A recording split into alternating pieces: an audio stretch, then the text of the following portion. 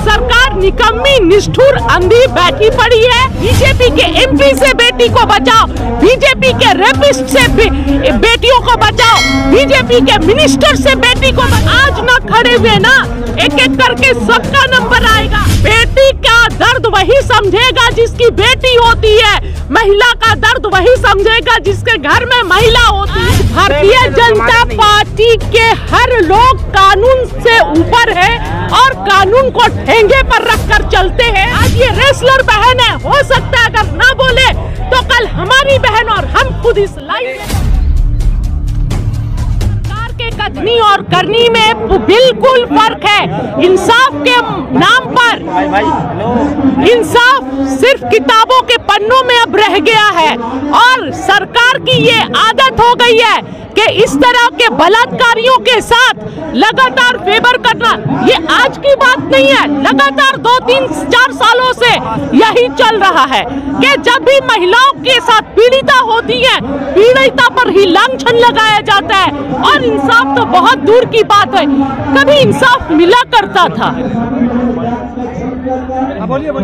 कभी इंसाफ मिला करता था। और बेटी बचाओ बेटी पढ़ाओ मतलब हमें समझने में गलती हो गई। बेटी किससे बचाओ? इनके एमपी से बचाओ, बीजेपी के एमपी से बेटी को बचाओ, बीजेपी के रेपिस्ट से बेटियों को बचाओ, बीजेपी के मिनिस्टर से बेटी को बचाओ।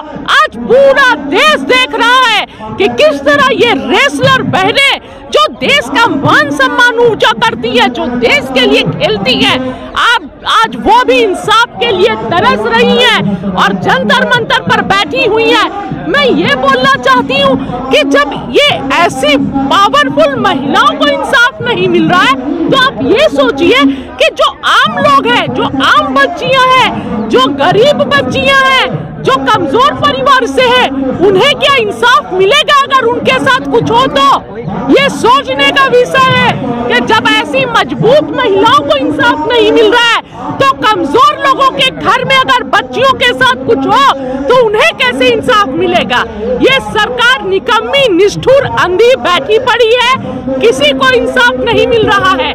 चाहे देश में किसी पर भी जुल्म हो, चाहे वो किसान हो, चाहे छोटे व्यापारी हो, महिलाएं हो, सब ढोंग है, जुमला है। सरकार सिर्फ चंद पूंजीपति लोगों के लिए काम कर रही है और सत्ता में बने रहना चाहती है। है कि आंदोलन जीवी हाईजेक कर लिया धरने को।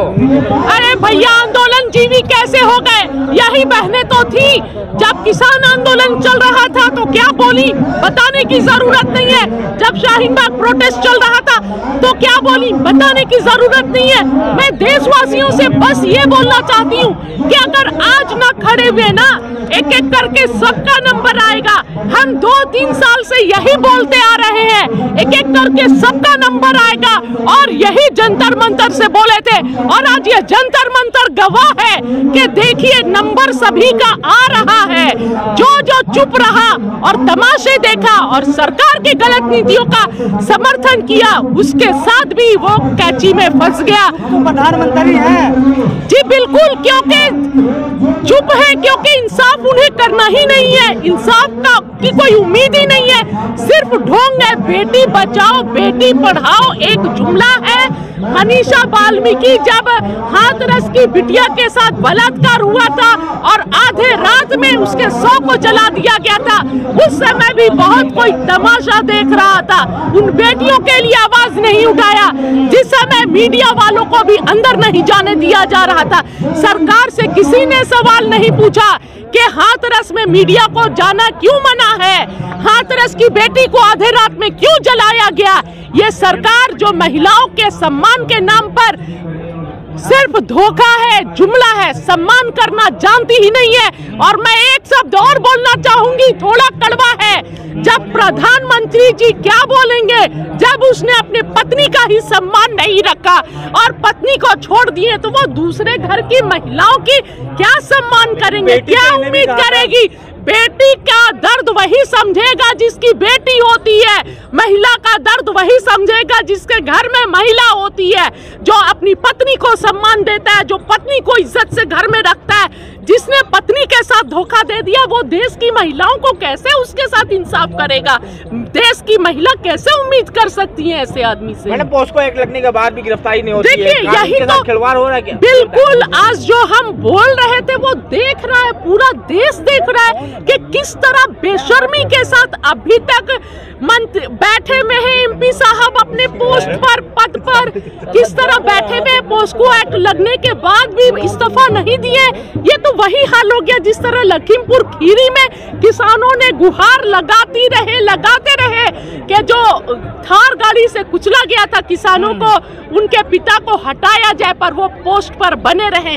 आज ये बेशर्मी है, देख लीजिए कि ब्रिजभूषण जी बने में है अभी तक और कोई इंसाफ नहीं मिल रहा। आंदोलन को जाटों का आंदोलन बताया जा रहा है, इसके बारे में क्या है? ये जाटों का आंदोलन देखिए हमेशा बांट दिया जाता है, कभी जाटों का आंदोलन, कभी किसानों का आंदोलन, खालिस्तानियों का आंदोलन, टुकड़े टुकड़े गैंग वाले का आंदोलन। क्या बेटियों में भी तफरका है? जाटों की बेटियां देश की बेटियां नहीं है क्या? बेटियों में भी फर्क है। स्मृति ईरानी क्यों नहीं बोल रही हैं? वो बोलेगी जब चुनाव आएगा तब बोलेगी, ड्रामे करने आएगी, खेत में जाकर गेहूं काटेगी और देश की जनता को आंखों में धूल झोंकेगी। मैं कर्नाटक इलेक्शन से कल पहुंची हूं कैंपेन करके। मैंने कर्नाटक में बोला कि भारतीय जनता पार्टी घर के दरवाजे पर जाकर जबरदस्ती पैसे और सामान दे रही है, रख रही है, जो नहीं ले रहा है जबरदस्ती। मैंने बोला भूलो मत, ये इलेक्शन खत्म होगा ना, ये जो पैसे आज बांट रही है, पैसे का खेल चल रहा है कर्नाटक में, ये हमारे ही पॉकेट से निकलेगा। बस 13 तारीख तक इंतजार कीजिए। के लिए कह रही है सबको कि आप लोग फिल्म देखिए। ऐसे ही जुमलाबाजी करके देश को भरमाया जाता है। अगर आप इंसाफ की बात करेंगे तो वो आपका ध्यान फिल्म के तरफ ले जाएंगे, क्योंकि इनके पास सिर्फ एक सॉफ्ट कॉर्नर जो है, सॉफ्ट टारगेट मुसलमान है। मुसलमान पर टारगेट कर करके मैं बोलती हूँ देश की जनता का कब तक शोषण करेंगे? एक मुसलमान को टारगेट कर करके देश की जनता का कब तक शोषण कीजिएगा? देश की जनता के आंखों में पट्टी कब तक धर्म का बांध के रखिएगा? नफरत की पट्टी कब तक बांध के रखिएगा? मैं ये बताना चाहती हूँ कि नफरत के खेती के बिना इनका एक दिन भी राजनीति में चलने वाला नहीं है, क्योंकि देश की जनता के लिए इन्होंने कुछ किया ही नहीं है। आम जनता के लिए दुख दर्द से इन्हें कोई मतलब ही नहीं है। प्रधानमंत्री ने भी तो कहा था कि हमारी बेटी जैसी है, बेटी जैसी है, लेकिन बेटी जैसी होती तो इंसाफ दिए होते।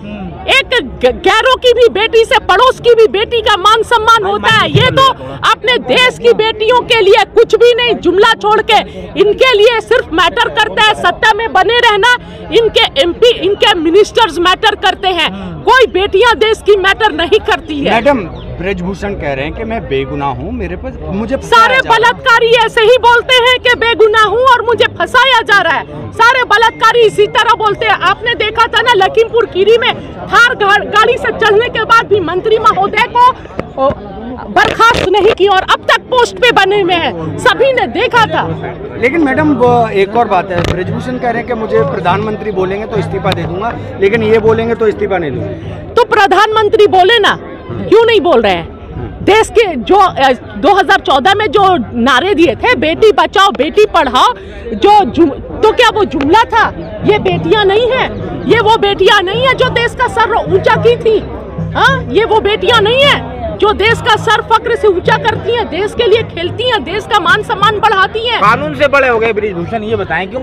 देखिए आज भारतीय जनता पार्टी के हर लोग कानून से ऊपर है और कानून को ठेंगे पर रखकर चलते हैं, क्योंकि भारतीय जनता पार्टी कानून को पॉकेट में रख लिया। देश की जनता को यह पहला केस नहीं है, कहीं भी आप देख सकते हैं 3 साल 4 साल से इंसाफ और कानून का माहौल बन गया है। इंसाफ के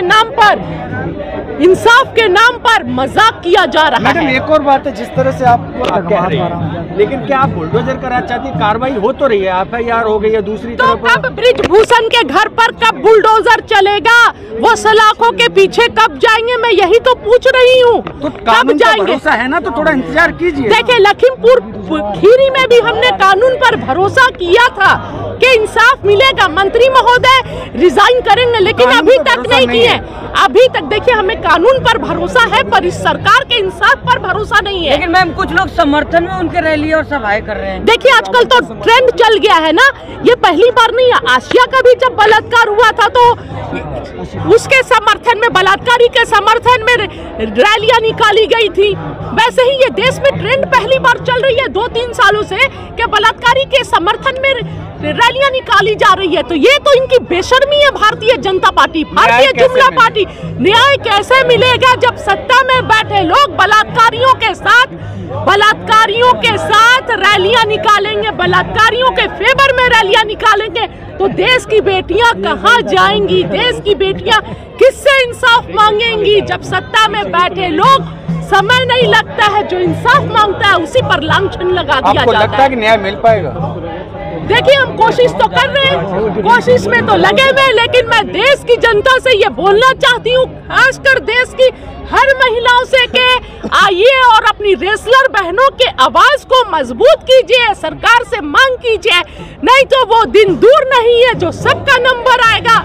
आज ये रेसलर बहन है, हो सकता है अगर ना बोले तो कल हमारी बहन और हम खुद इस लाइन में। तो मोदी जी की बेटी है ना विनेश फोगाट। अरे बेटी होती, मोदी जी की बेटी होती, बेटी का दर्द समझते तो ये बेटियां अभी यहाँ पर जंतर मंतर पर धरने में नहीं बैठी होती, इनको बैठने का जरूरत नहीं था। खुद लाइव कैमरे पे कहे कि विनेश मेरी बेटी है। तो मोदी जी इंसाफ क्यों नहीं दे रहे हैं?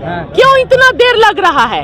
अरे पहले बर्खास्त तो कीजिए, बाद में जांच होगा। मैम आखिरी सवाल, स्मृति ईरानी से क्या कहेंगे पूरे मामले को लेकर? स्मृति ईरानी से कहूंगी कि जरा भी अगर शर्म है तो इन बेटियों के लिए बोलिए।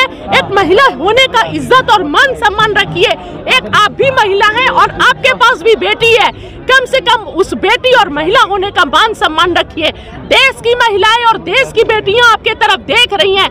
ऐसा ना हो कि आपका नाम काले अक्षरों में लिखा जाए। इतिहास जब पढ़ा जाए आने वाला जनरेशन, तो काले अक्षरों में आपका नाम लिखा जाए।